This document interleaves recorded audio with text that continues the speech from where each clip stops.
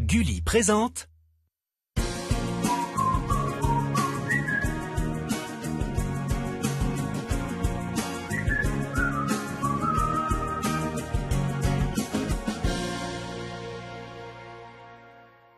Aujourd'hui, dans Ce sera moi, nous partons à la rencontre de Pierre, passionné par l'écologie et qui rêverait de faire un métier lié à la protection de l'environnement. Bonjour. Bonjour Pierre, tu sais qui on est? Gulli. La famille Gulli. Alors, je vous présente ma mère Caroline. Bonjour.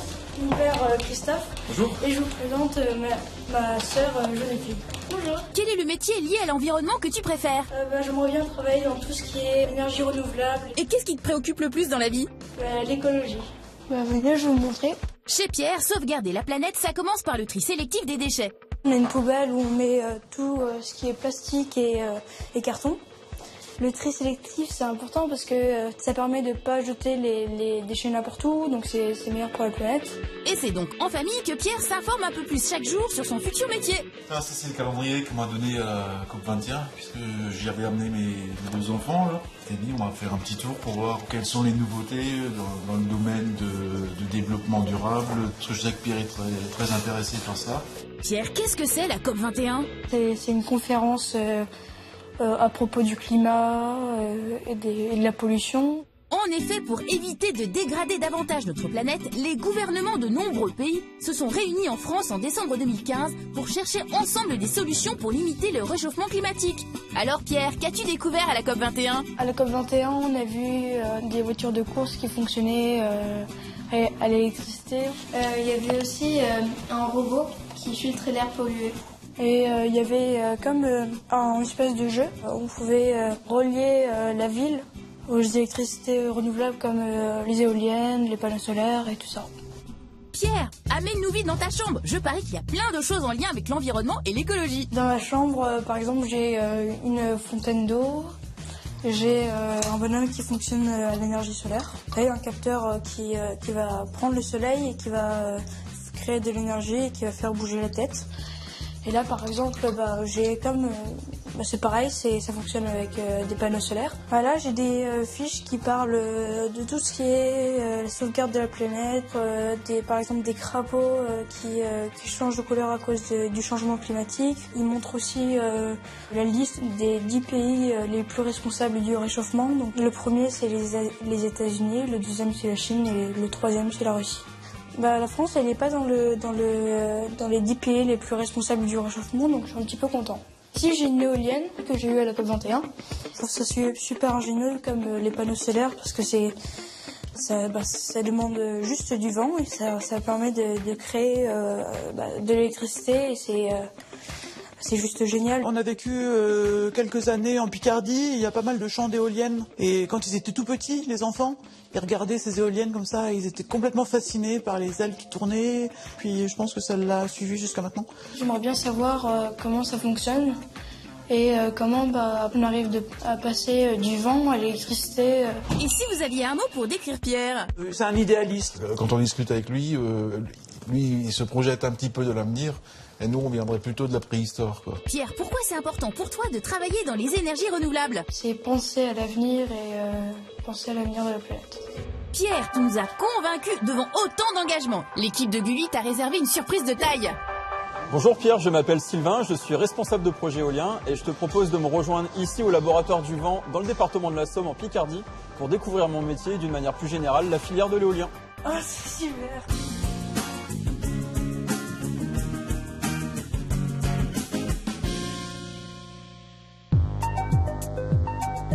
Exploiter l'énergie du vent n'est pas une idée récente. En Europe, il y a 10 siècles, les premiers moulins à vent tournaient déjà pour moudre le grain. Mais depuis le début des années 90, des engins tournant d'un genre nouveau ont poussé dans les campagnes françaises.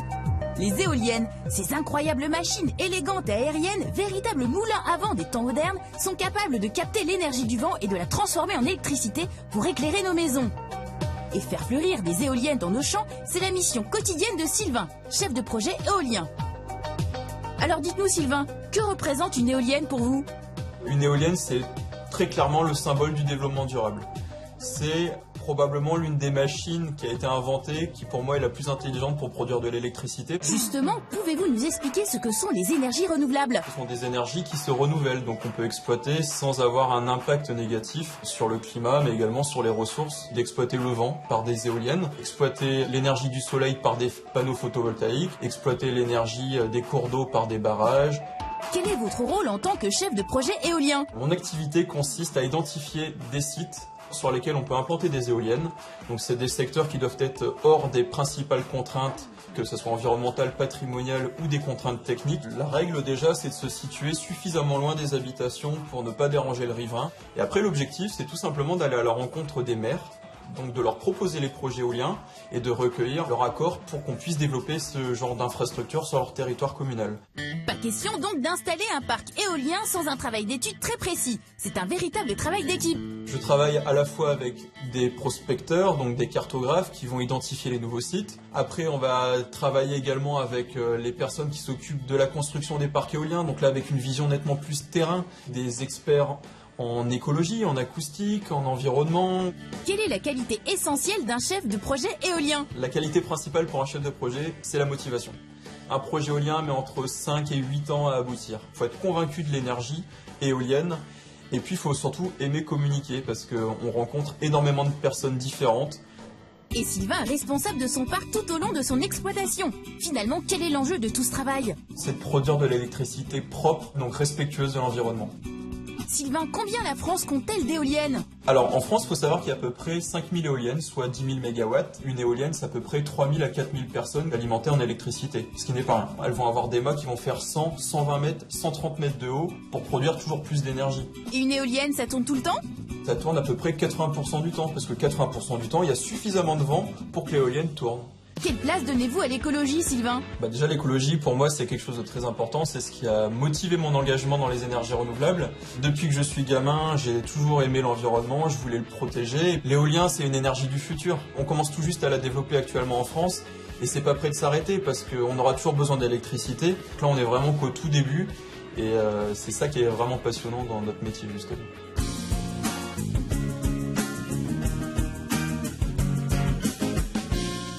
Pierre, c'est le grand jour. Te voilà en route pour une journée unique durant laquelle tu vas découvrir tous les secrets des éoliennes. Salut.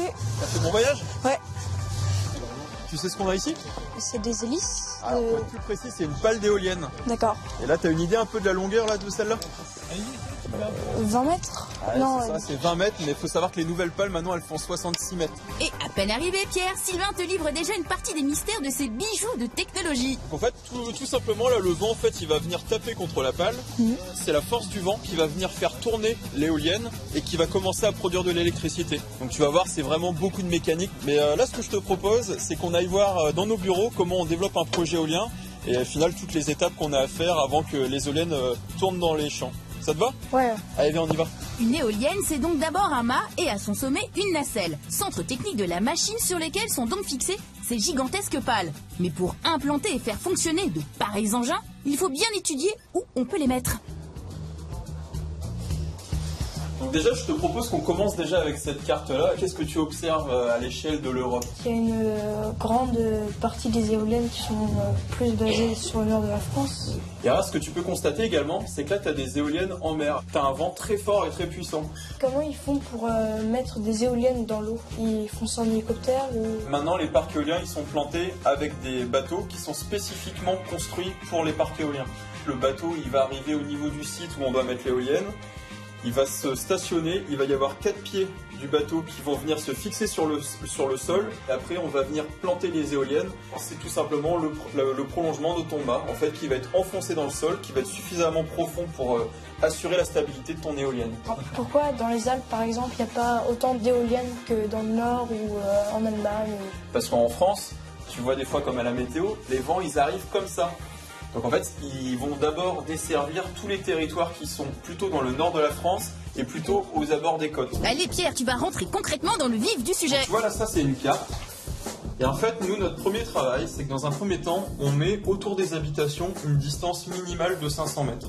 Il y a une autre chose qui est importante pour nous en tant que chef de projet, c'est surtout s'assurer que le parc éolien va bien tourner. Il ne faut pas un vent qui soit trop gêné par ce qu'il pourrait y avoir dans l'environnement immédiat, à savoir des forêts, des habitations. Donc nous, ce qu'on a intérêt surtout, c'est d'implanter nos éoliennes dans des champs, dans de vastes plaines agricoles où on est assuré voilà, que le vent va être très fort, très puissant et va du coup bien faire tourner nos éoliennes. Est-ce que les éoliennes, ils se tournent automatiquement face au vent? L'éolienne, elle a un petit moteur à l'intérieur qui va l'orienter progressivement, comme les tournesols au final. Tu sais, le tournesol, il s'oriente face au soleil pour toujours capter le soleil. Et ben l'éolienne, c'est exactement pareil. Elle s'oriente pour qu'à chaque fois le vent tape contre le nez et du coup la fasse tourner. À présent, Pierre, vérifions si tu as tout compris. Là, d'après toi, où est-ce qu'on pourrait les mettre? Plutôt vers là, là et là. D'accord. Et tu vois, hop, en effet, t'avais raison. Et ben c'est là où on pense les mettre justement. Et maintenant, ce que je te propose, c'est qu'on aille voir concrètement comment ça se passe là-dedans. Ok? Et Pierre, maintenant, Sylvain va te mettre à l'épreuve. Donc, je te présente Sébastien. Bonjour Sébastien. Bonjour. Il est technicien de maintenance, donc on travaille avec lui pour l'exploitation de nos parcs éoliens. Et là, je te laisse les clés. Je savais pas qu'on entrait dans un mât par une porte.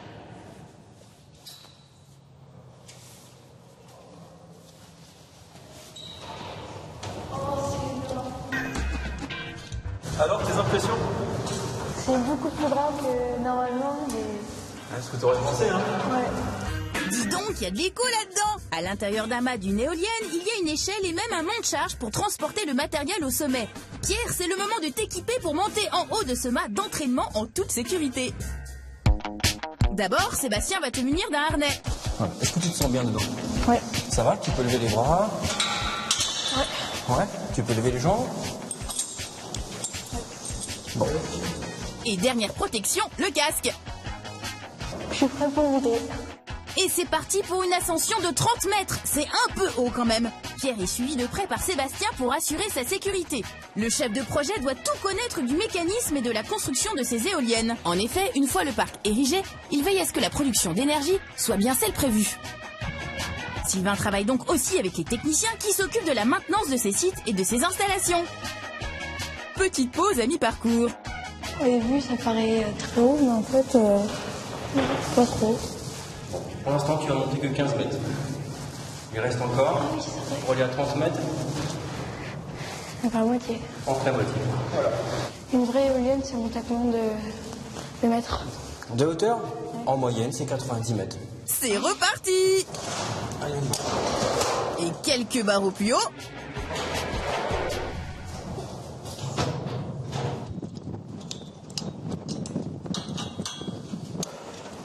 Je suis fière d'être ici.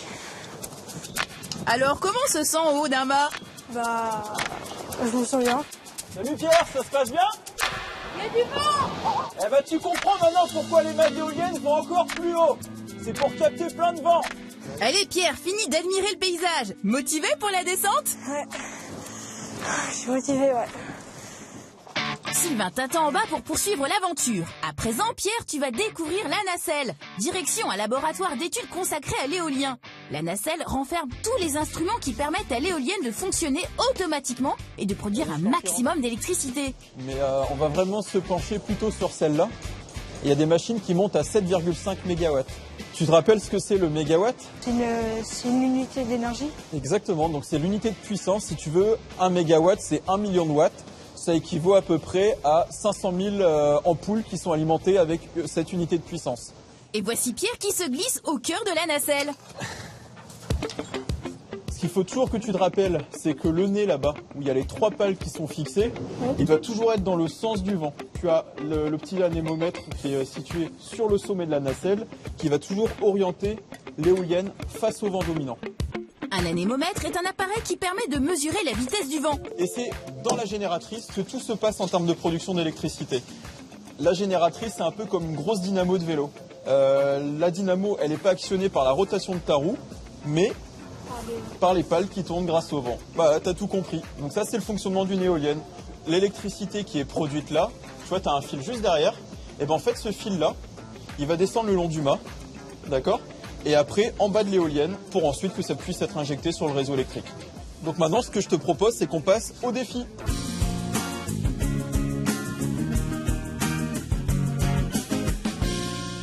Donc là, j'ai dans ma petite poche une boussole. Tu sais te servir d'une boussole? Hop, voilà. Est-ce que tu peux me dire vers où est situé le sud? Le sud, il est situé par là. Voilà, et ton défi, si tu l'acceptes, c'est d'orienter la nacelle vers le sud, parce que le vent dominant actuellement, il vient vers le sud. D'accord. Comment réussir à faire ça? Et pour t'aider, voici la notice de la nacelle. Première étape, retirer l'arrêt d'urgence, puis allumer la machine et enfin déclencher l'anémomètre. Et maintenant, écoute, tu peux faire pivoter l'éolienne et remettre le nez de la nacelle face au sud, là où les vents dominants sont les plus forts. Attention, ça va bouger. Donc là, tu vois que le nez il est en train de s'orienter progressivement grâce aux moteurs qui sont situés ici. Continue, continue. Là, je pense qu'on doit pas être mal là. Presque. Regarde sur ta boussole peut-être. Hop. Ça tourne doucement. Le sud, c'est encore là-bas. Écoute, mission accomplie. Défi réussi. Bravo Pierre, et maintenant que tu as réussi toutes les épreuves et que le métier de chef de projet éolien n'a plus de secret pour toi, Sylvain va te conduire dans l'un de ses parcs pour découvrir l'aboutissement de son travail. Bienvenue au pied du parc éolien qui est situé dans l'Oise. Donc là, comme tu peux le constater, les machines sont à taille réelle. Donc ça, elles font 120 mètres en bout de pale. Ça fait quoi d'avoir tout cet espace Équipé d'éoliennes? Écoute, c'est une grande fierté parce que c'est beaucoup de temps, beaucoup d'énergie pour développer ces projets-là. Tous les villages que tu vois à la ronde sont alimentés uniquement grâce à cette éolienne-là. Pierre, c'est donc au pied d'une éolienne que tu vas pouvoir faire le bilan de ta journée.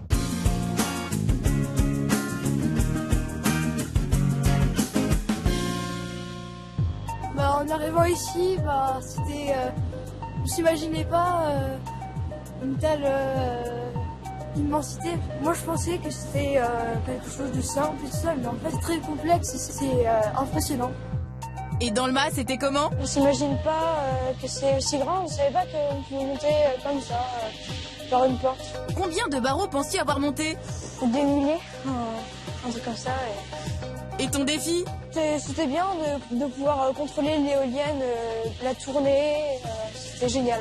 Finalement, qu'as-tu pensé du métier de chef de projet éolien? C'est un métier très intéressant car il faut être intelligent et il faut avoir surtout la passion des éoliennes. Ça me conforte de travailler plus tard dans les énergies renouvelables. J'aimerais bien faire le métier de Sylvain. Et vous, Sylvain, qu'avez-vous pensé de Pierre? C'est un sacré bonhomme, il est plein de ressources. Vu comment ses yeux ils étaient tout pétillants quand il est arrivé au pied de l'éolienne, ça faisait vraiment plaisir à voir. À quel moment vous a-t-il le plus épaté? Pierre m'a épaté lorsqu'on était dans la machine et lorsqu'il a fallu orienter la nacelle face au vent. J'ai vraiment vu en lui une envie de bien faire les choses. Pierre, je pense que c'est un garçon qui a vraiment plein de qualités pour devenir responsable de projet éolien parce qu'il est attentif, curieux. Je pense que tel qu'il est parti, je me fais aucun doute pour lui. Bon Pierre, en tout cas je te remercie d'avoir partagé une journée avec moi. J'ai décidé de t'offrir 3 cadeaux. Donc là tu as un livre sur les énergies renouvelables. Là tu as une petite maquette d'éolienne que tu pourras mettre sur ton bureau et un petit crayon pour marquer après tout ce qui te passera par la tête. Si d'ailleurs tu veux faire après des plans de nouvelles éoliennes.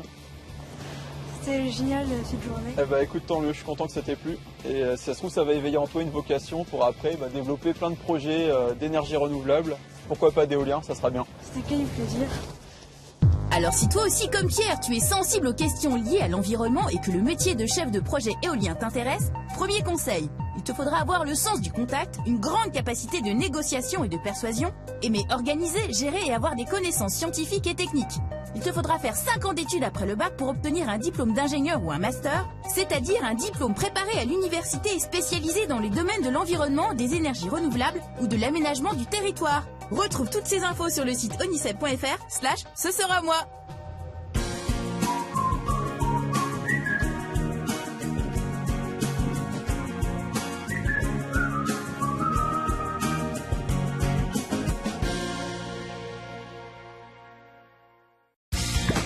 Avec Gulli Replay, tes héros préférés te suivent partout.